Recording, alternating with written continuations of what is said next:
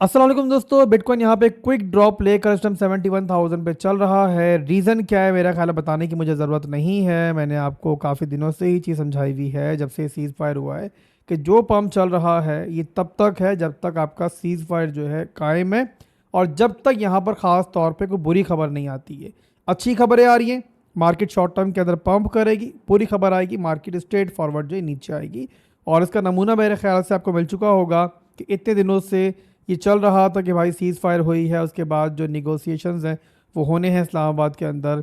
जब तक ये निगोसिएशंस चल रहे थे, आगे बढ़ रहे थे, मार्केट आपको ऊपर स्टेबल दिख रही थी। और जैसे ही खबर मिली कि भाई कोई भी यहाँ पे मुआहिदा नहीं हुआ है और सीज़ फायर तो बहरहाल अभी तक कायम है, कब तक कायम रहेगी ये नहीं कहा जा सकता। और यहाँ पे दोनों तरफ से बयान जो मिले हैं हमें, जो यूएसए की तरफ से टीम थी, डेलीगेशन था उसकी तरफ से, और जो ईरान की डेलीगेशन टीम थी उसकी तरफ से भी खबरें जो है हमें कुछ अच्छी नहीं मिली हैं। दोनों ने कहा है कि भाई जो निगोसिएशंस हैं वो यहाँ पर अभी तक के लिए जो है हम इसे फेल ही कह सकते हैं, कोई मुआहिदा नहीं हुआ। बट बहरहाल यहाँ पर हम आगे भी ट्राई करेंगे कि एक दो और बैठक हो जाए। बट यहाँ पे एक पॉइंट जो है वो बहुत खुलकर जो है यूएसए की तरफ से कहा गया है कि हमने अपनी फाइनल ऑफर कर दी है ईरान को, और अगर ईरान उससे मानता है तो सीज़ फायर रहेगा, अदरवाइज़ जो है हम पहले से रेडी हैं अपने तमाम हथियारों के साथ। उसी के जवाब में ईरान ने बोला है कि भाई यूएसए जो है वो हमारे खदशात को दूर करने में कामयाब नहीं रहा, हमारा ट्रस्ट जो है दोबारा गेन करने में कामयाब नहीं रहा, और हम यहाँ पर बहरहाल अपने मफादात के ऊपर जो है कोई कॉम्प्रोमाइज़ नहीं करेंगे। तो अच्छी खबरें बहरहाल नहीं मिली और इसी रीज़न की वजह से बिटकॉइन जो है आपको वीक पड़ता हुआ दिखा। और 71,000 पे अगर देखें एग्जैक्टली तो इस टाइम बिटकॉइन चल रहा है। अब यहाँ पर दोस्तों कुछ और भी चीज़ें हैं वो भी यहाँ पर हम देख लेते हैं आगे बढ़ने से पहले, टेक्निकल्स की तरफ से आने से पहले। जेपी मॉर्गन ने भी वार्न किया है कि ऑयल की प्राइस जो है वो दोबारा पकड़ सकती है पीक, जैसे टेंशन बढ़ेगी ऑयल की प्राइस जो है पम्प करेगी। तो ये खबरदार इसने भी किया है कि जो मामला चल रहा है अभी तक जो है यहाँ पर प्रॉपर कोई सोल्यूशन उसका नहीं दिख रहा।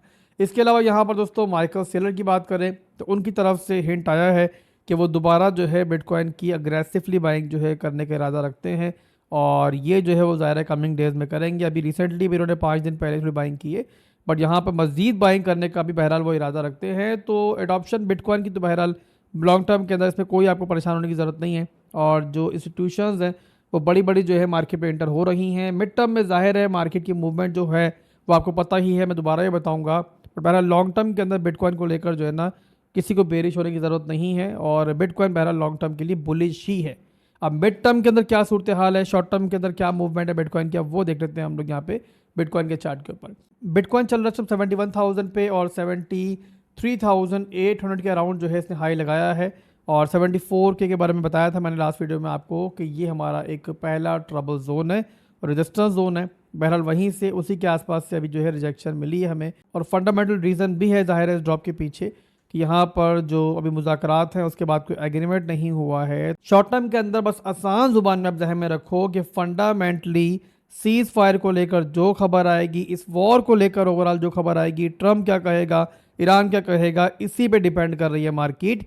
टेक्निकली बात करें तो बिटकॉइन जब तक 71,000 से ऊपर मौजूद है, नीचे क्लोजिंग नहीं होती है, यहाँ पर जो है हम कह सकते हैं कि अभी स्टिल जो है ऊपर की तरफ ही ट्रेंड है। बट अगर यहाँ पे क्लोजिंग जो है आपकी 71 से नीचे हो जाती है, आपको दिख रहा है इस टाइम भी कि बिटकॉइन जो है 71,000 की सपोर्ट को ही रिटेस्ट कर रहा है, तो अगर ये टूटती है तो इसके बाद जो है बड़ी आसानी के साथ जो हमारा अनफिल्ड सीएमई गैप पड़ा हुआ है 70,000 के अराउंड, 70,000 से लेके लगभग आपका 68,800 पे है, आई थिंक आसपास के है, तो यहाँ पर वो फिल्ड होगा।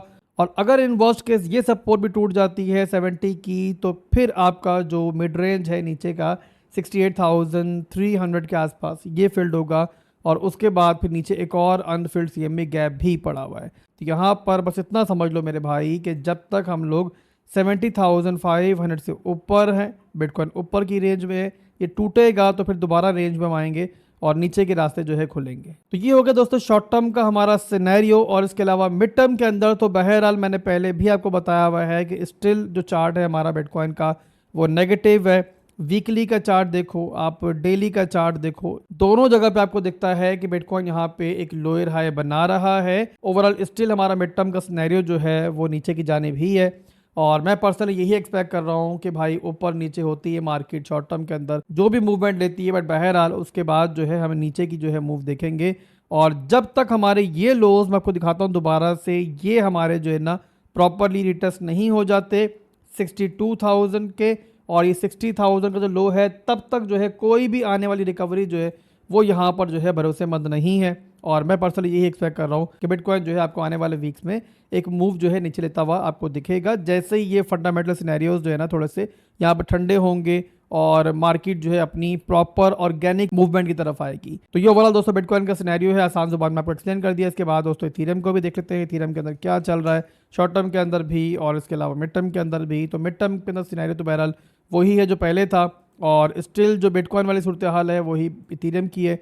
और इसमें भी मैं एक्सपेक्ट कर रहा हूँ कि जब तक आपके जो प्रीवियस लोज हैं, ये वाला एक लो नया बन गया है आपका, और इसके अलावा जो ये वाला लोज हैं जब तक रिटेस्ट नहीं होते हैं, मिड टर्म का सिनेरियो जो यही बता रहा है कि हमें इथेरियम जो है कि नीचे की मूव लेगा और नीचे के लोज दिखाएगा, और आपको यहाँ पर इथेरियम के अंदर भी बाइंग का चांस दोबारा मिलेगा। इसके अलावा शॉर्ट टर्म की बात करें, शॉर्ट टर्म के अंदर बहरहाल यहाँ पर इथेरियम स्टिल एक सपोर्ट पर मौजूद है, और ये सपोर्ट आपके सामने है। अगर एग्जैक्टली बोलूँ मैं तो ये बनता तकरीबन यहाँ पे आपका 2170 से लेके 2160 का एरिया, ये शॉर्ट टर्म का हमारा एक सपोर्ट लेवल है। और जब तक ये होल्ड है, इथेरियम यहाँ पर जो है अप ट्रेंड में है। अगर ये टूट जाता है तो फिर यहाँ पर इस तरीके से एक रिटेस्ट के बाद जो है फिर नीचे की मूव जो है वो आपकी स्टार्ट हो सकती है। तो ये हो गया इथेरियम का सिनेरियो। इसके अलावा सोलाना को देखते हैं, सोलाना के अंदर क्या चल रहा है। सोलाना के अंदर बहरहाल जो मामलात हैं वो थोड़े से यहाँ पर जो है बेहतर है मैं कहूँगा, बट ज़ाहिर है बिटकॉइन को गंद करेगा तो ज़ाहिर सोलाना भी साथ ही नीचे आएगा। आप देख रहे हो अभी भी कि हालांकि जो सोलाना की जो मूव है वो ऊपर की चल रही थी, बट जैसे खबर आई है कि भाई जो आपका प्रॉपर एग्रीमेंट नहीं हुआ और उसकी वजह से बिटकॉइन नीचे आया है, सोलाना मेरे साथ जो है बिटकॉइन के साथ ही डंप किया है। बट बिटकॉइन का थोड़ी देर किसी रेंज में स्टेबल होता है तो सोलाना के अंदर छोटी मोटी अपवर्ड मूव जो है वो आप एक्सपेक्ट कर सकते हो। और शॉर्ट टर्म के अंदर जो सपोर्ट लेवल इस टाइम हमारे लिए काउंट होता है इस मूव के पीछे जो अपवर्ड अभी चल रही है वो है आपका ये वाला लेवल, मार्क मैंने कर दिया। ये बनता है आपका 80 से लेके तकरीबन यहाँ पे 81.65 का, और आप देख सकते हो कि इस टाइम जो है सोलाना इसी को रिटेस्ट कर रहा है। इसके अलावा यहाँ पर एक हार्मोनिक पैटर्न बन रहा है, मैं आपको वो भी दिखा देता हूँ शॉर्ट टर्म के अंदर सोलाना के अंदर। तो ये आपके सामने है कि 4 आवर के अंदर भी सोलाना का एक शार्क पैटर्न, हार्मोनिक पैटर्न जो है बन रहा है, और इस लिहाज से जो स्टॉप लॉस आ रहा है वो आपके सामने 18.7 के लगभग ही आ रहा है, जो मैंने बताया आपको कि जब तक सोलाना इसके ऊपर है यहाँ पर थोड़ा सा ऊपर की मूव इसकी दिख रही है। और इसके अलावा अगर देखें इस लिहाज से तो सोलाना के अंदर जो है थोड़े से मूव अपवर्ड हमें दिख सकता है।